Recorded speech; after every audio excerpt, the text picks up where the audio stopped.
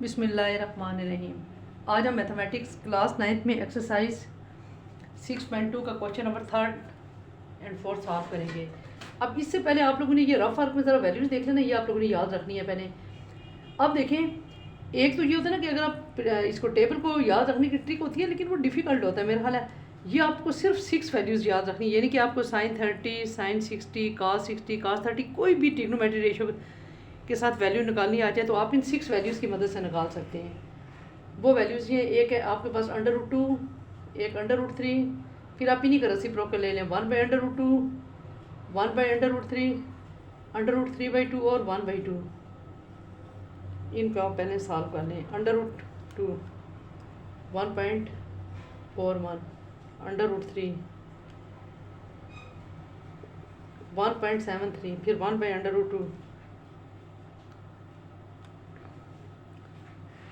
0.70,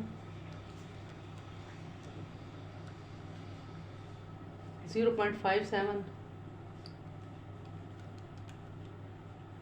0.86, 1/2 होता है 0.5।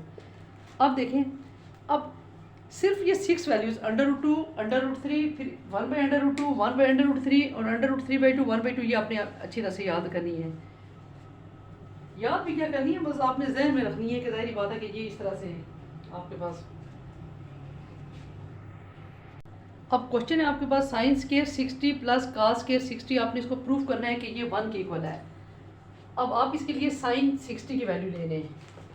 ये देखें, पहले आप साइन का बटन प्रेस करें, फिर 60। sin 60 की वैल्यू 0.86 आ गई। अब आप मुझे बताएं 0.86 कैलकुलेटर पे आ गई। 0.86 तो नहीं लिखते हम, ये लिखते हैं √3/2, √3/2 और इसका होल स्क्वायर, फिर प्लस इसी तरह से cos 60 की वैल्यू। पहले cos लिखें, फिर 60। cos 60 की वैल्यू 0.5 की जगह पर हम लिखेंगे 1/2। हमने 1 की। अब इसमें देखें, यहाँ से हमारे पास आ गया 3/4 प्लस 1/4। अंडर रूट इसके साथ कैंसिल हो जाएगा, 2 का स्क्वायर किया तो 4 आ गया। फिर देखें 4 4 3 + 1 = 1।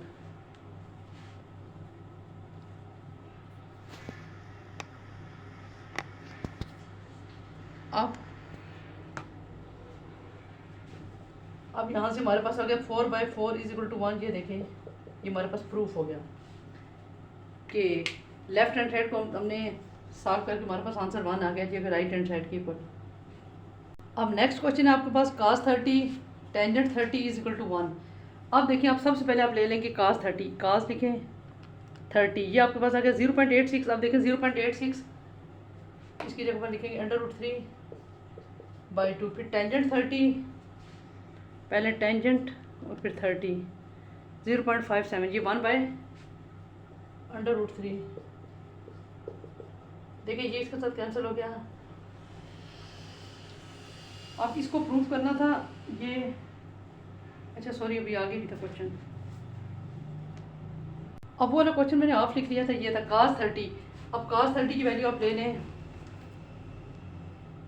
cos 30 0.86 इसकी जगह पर लिख लिया √3/2, टेंजेंट 30, टेंजेंट 30 0.57 की जगह पर 1/√3 प्लस sin 30, sin 30.5 यानी 1/2। अब देखिए जी इसके साथ कैंसिल हो गया, 1/2 प्लस 1/2 = 1। यहाँ से एलसीएम ले लें, 2/2 ये आपके पास आ जाता है।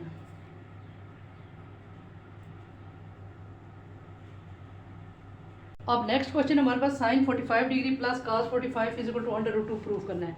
अब इसमें पहले आप ले लें sin 45, sin 45 0.7, ये देखें, इसकी जगह हम लिख सकते हैं 1/√2 प्लस cos 45, 0.7 इसकी जगह पर भी 1/। अब इधर √2 हमारे पास आ गया, 1 + 1 2/√2 = √2। अब अब हम इसको इस तरह से सॉल्व करेंगे। यहाँ पर 2 की पावर 1 है और ये 2 की पावर 1 बाई 2 पर जाके 2 की power 2 1 minus 1 by 2 1 by 2 is equal to √2।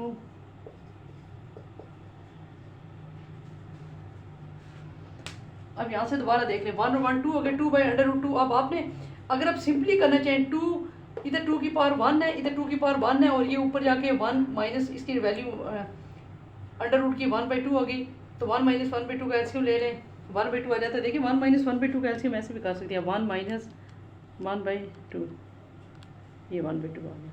तो 1 बाई 2 की जगह पर √2, तो ये हमने की प्रूफ करना था, √2 इज इक्वल टू √2 प्रूफ हो गया। अब क्वेश्चन नंबर 4 है हमारे पास, find the value of unknown. Unknown की वैल्यू यानी कि आपने इसमें एक्स की निकालनी है। साइन 45, सबसे पहले हम साइन 45 लिखें। साइन 45 ये आपके पास 0.7 आ गया, 0.70, तो इसकी जगह पर लिख लेंगे 1 by √2 is equal to x by. अब देखिए इस तरह से होता ही है कि √2 इस तरह से भी कैंसिल हो जाता है, ये √2 के साथ कैंसिल हो गया, 1 is equal to x by 10, cross multiply कर लें, एक्स इज इक्वल टू 10। दोबारा देख लें यहाँ पर 1 बाई √2 इसकी वैल्यू आ गई, √2 के साथ कैंसिल हो जाता है, यहाँ पर 1 बच के is equal to x by 10, cross multiply कर लिया तो एक्स का आंसर 10 आ गया, 10। अच्छा लिखा हुआ टेक लेंथ, लिखा हुआ है कि इसके साथ आंसर के साथ सेंटीमीटर लिखें क्वेश्चन में। अब इसी तरह से ये हमारे पास सेकंड पार्ट है, cos 60 is equal to x. पहले तो आप cos 60 लेने, cos 60 ये 0.5 तो 1 बाई 2 लिखेंगे। यहाँ से भी अगर आप चाहें तो क्रॉस मल्टीप्लाई कर लें, वरना ऐसे भी कैंसिल हो जाते हैं। ये 2x 20 x is equal to 20 by 2,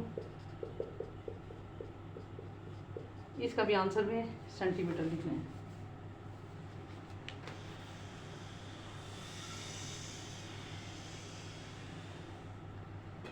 इसी तरह से अब इसका थर्ड पार्ट है,